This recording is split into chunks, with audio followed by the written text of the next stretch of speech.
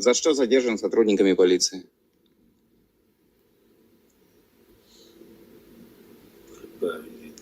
Ну что, за что задержан?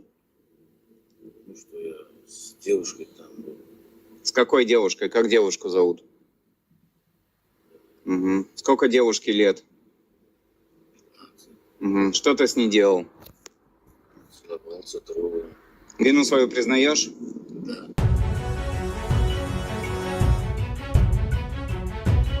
Понял? Я вернулся, понял, мне этот тротуар, мне похуй, я по дороге хожу. Стоять, нахуй, это Virginia здесь не канает, блядь. И undan keyin dalcha 1-iyulgacha Sankt-Peterburg va Moskvada reydlar to'xtatilmasligi aytilyapti. Mana shu iflosning orqasidan.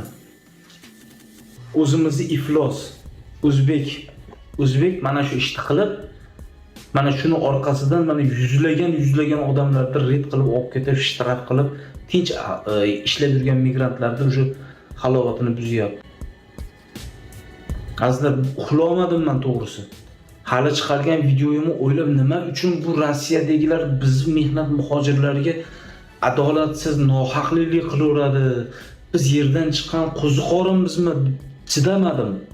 Uxlalmadim, oqtardim, sababini oqtarib oxiri topdim. Bahrom Ismoilovda topdim. Migrant uzda topdim. Yana bir ikkita yurist blogerlar bor. Ularga ham kanallariga o'tib, ko'rib, topib, videosini topib, mana sizlarga qo'yibman.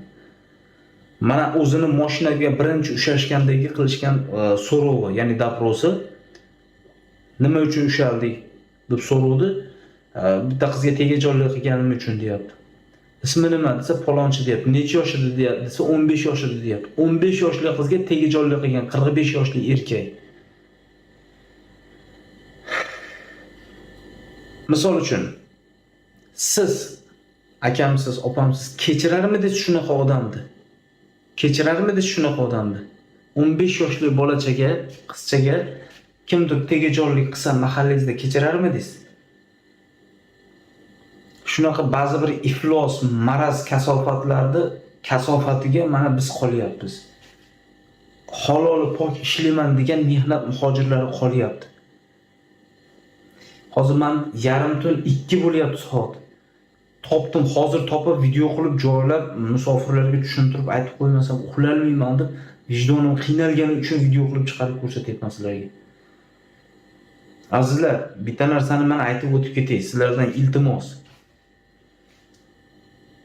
Rossiyada xotin